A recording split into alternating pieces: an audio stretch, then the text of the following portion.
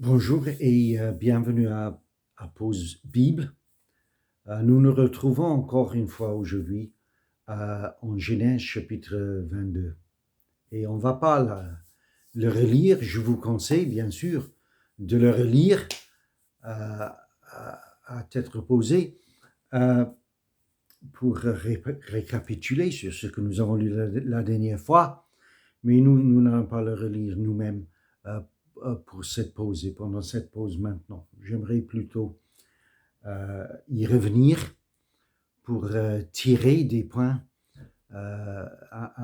essentiels et des leçons de cette lecture. Bon, je n'ai pas l'intention de reprendre non plus ce que j'ai fait remarquer la dernière fois. Donc, je vais commencer aujourd'hui en vous disant que quand même, le sacrifice est quelque chose d'ordre moral, quelque chose d'ordre spirituel. Il est inscrit dans l'univers même que Dieu a créé et les lois que Dieu a mises en place dans notre univers. Il y a cette loi spirituelle et morale du sacrifice. Et pour ce qui concernait sa relation avec Dieu, Abraham, il a été mis à l'épreuve par Dieu pour voir s'il obéirait à la voix de Dieu et qu'il aimerait Dieu plus que le Fils que Dieu lui avait donné. Bon, j'ai aussi fait remarquer la dernière fois que c'est assez angoissant, cette histoire, pour cette même raison. Parce que si vous êtes appelé à renoncer ce que vous avez du plus près, du plus proche, du plus chéri, ce qui compte pour vous, ça c'est vraiment un sacrifice, le sacrifice. Mais il y a deux choses que je viens de vous dire. Enfin, je vous ai dit la dernière fois que c'est Dieu qui le demande, le sacrifice, et c'est parce que le sacrifice est quelque chose qui est inscrit dans l'ordre moral et spirituel de l'univers. Bon, maintenant, il y a des gens qui le contestent, cette notion du sacrifice, et qui disent que c'est monstrueux, que Dieu est monstrueux, d'avoir nécessité que ça fasse partie de cet ordre moral et spirituel et de nos vies, le sacrifice. Bon, je peux pas entrer dans toute la discussion là, ce qui nous amènerait assez loin. Mais simplement, je crois qu'il faut noter les réalités de la vie. Et que c'est vrai que le sacrifice fait partie de la vie. Il vaut mieux, si ça fait partie de votre vie par moment, que vous soyez sûr et certain que le sacrifice est juste, que le sacrifice que vous devez offrir est nécessaire, que vous le faites et que vous l'offrez pour de bonnes raisons. Dans le chapitre sur l'amour dans le Nouveau Testament, en Corinthiens chapitre 13, l'apôtre Paul, il dit que si je m'offre moi-même mon corps en sacrifice, si je n'ai pas la charité, si je n'ai pas l'amour, et si ce n'est pas cela qui me propulse, qui me pousse à m'offrir moi-même, ça ne me sert ni à qui que ce soit, ça ne sert à rien. Donc, le mobile ou le motif pour le sacrifice, la raison pour le sacrifice et l'inspiration pour le sacrifice doit être bonne.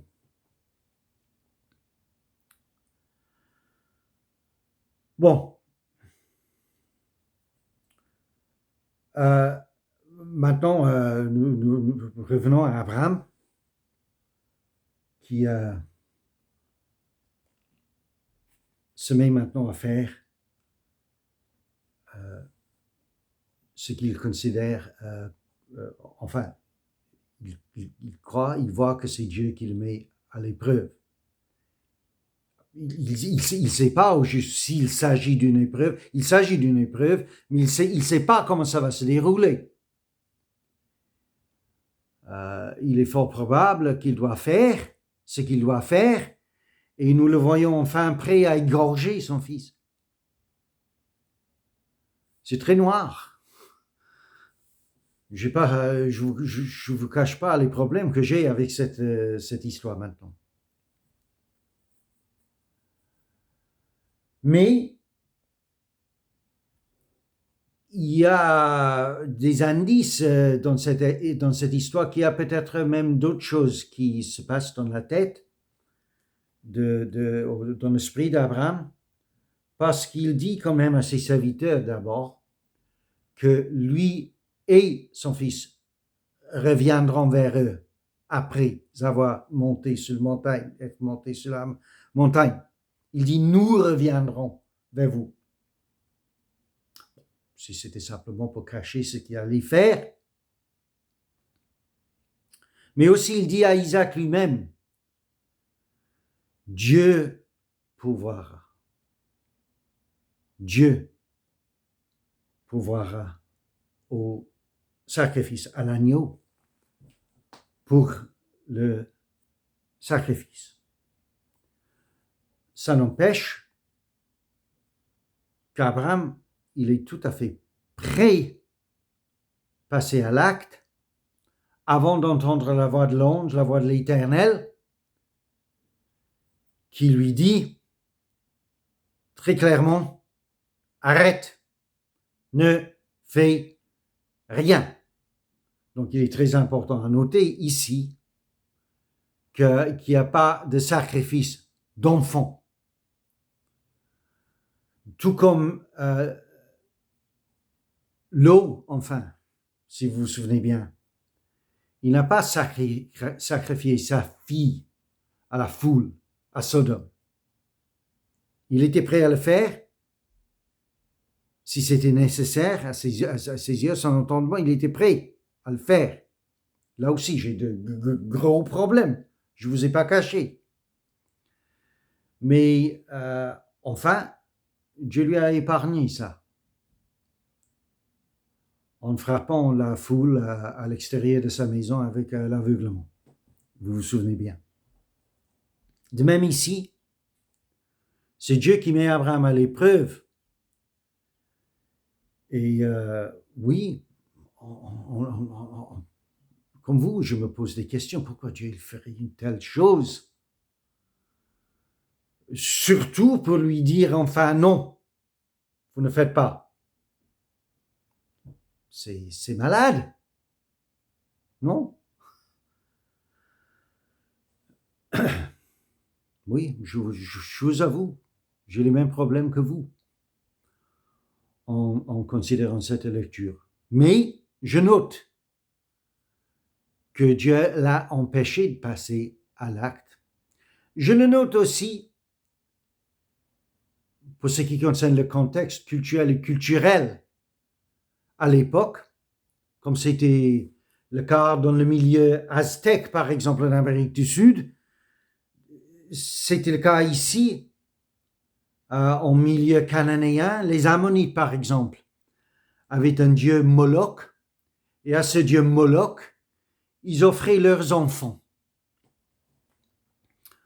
comme ce qu'ils avaient de plus précieux ils offraient leurs enfants à leur Dieu pour chercher, je sais pas, pour chercher son approbation, pour chercher sa faveur, pour chercher son intervention, pour chercher sa puissance. Quoi qu'il en soit, ça faisait partie de leur culture, ça faisait partie de leur culte. Et il est dans ce monde qu'Abraham se trouve. Donc, je ne sais pas, je vous ai dit qu'on pourrait peut-être interpréter ce chapitre comme étant une lutte au fort intérieur d'Abraham. Si ce qu'il y avait autour de lui, s'il y avait quelque chose là que Dieu demandait de lui. Mais nous avons noté avant tout que la Bible nous dit que c'était Dieu qui le mettait à l'épreuve pour voir si Isaac c'était son Dieu ou si Dieu c'était son Dieu. Et Abraham a été prêt à passer à l'acte même avant d'entendre encore une fois et heureusement la voix de Dieu qui lui disait non, touche pas l'enfant. Et Dieu il dit ailleurs, je crois que c'est en Jérémie ou dans les prophètes, que pour ce qui concerne et ce qui concerne le sacrifice des enfants, ça fait pas partie du tout du système religieux et du plan de Dieu pour l'ordre spirituel et moral du monde. Bien que le sacrifice est bien inscrit dans l'ordre spirituel et moral du monde. Et là aussi, c'est quelque chose que je note avec vous comme étant une simple, mais la plus profonde réalité de la vie, de notre vie, de nos vies. Le sacrifice, ça fait partie de la vie. Et ça fait partie de la vie pour arriver, on espère, vers des fins qui méritent le sacrifice et qui le dépassent. Parce que sinon, il n'y a aucune raison pour le faire. Encore que le sacrifice, d'après la Bible, doit être offert à Dieu dans la charité, dans l'amour. Le sacrifice, ça doit être, ça doit être nécessaire d'abord, et ça doit être inspiré par de bonnes raisons et un bon raisonnement, et avant tout par l'amour. Sinon, d'après 1 Corinthiens chapitre 13, même si je m'offre mon corps au sacrifice, ça me sert à rien, ça me coûte énormément et ça me sert à rien parce que ça ne me profite pas et ça ne profite à qui que ce soit. L'inspiration, la motivation du sacrifice, on doit être sûr et certain qu'on est sur la bonne piste. Sinon, on va payer cher pour rien du tout.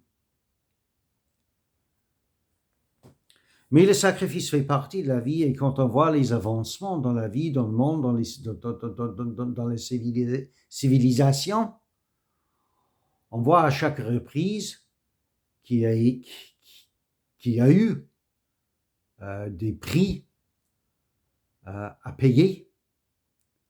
On voit aussi le prix qui a été payé, qui a coûté cher, et on se demande vraiment pourquoi en regardant notre histoire. Parce qu'il y a eu des situations dans l'histoire qui ont nécessité un sacrifice pour rééquilibrer l'ordre moral et spirituel, mais on se demande comment on est arrivé dans cette situation-là qui a nécessité un tel sacrifice de la part des gens et de la part des autres pour ce qui les ont conduits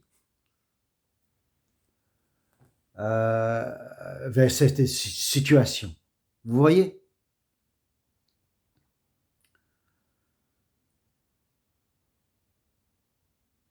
Voilà.